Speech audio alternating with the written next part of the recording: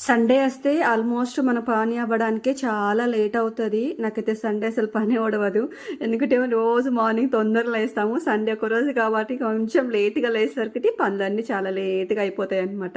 అందుకనేసి నిన్న మధ్యాహ్నం గానీ, ఈవినింగ్ గానీ ఎలాంటి వీడియో అప్‌లోడ్ చేయలేదన్నమాట. మెయిన్ ఇంకోటేంటంటే స్టిచ్చింగ్ నేను చేస్తాను కానీ కటింగ్ అనేది నాకంత పర్ఫెక్ట్‌గా రాదండి. వచ్చినా గూడా నేను ధైర్యం చేయలేకపోతున్నాను. అదొక్కటి నాది మైనస్ పాయింట్.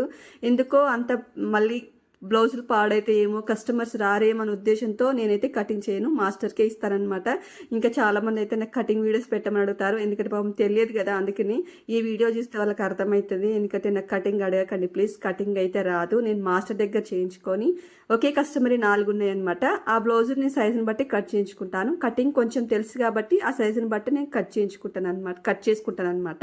ఇదంటి వీడియో. ఇప్పుడైతే ఇంకా నిన్న ఈవినింగ్ అనమాట మా వాడికి ఏదో ప్రాజెక్ట్ ఉందంట దాని గురించి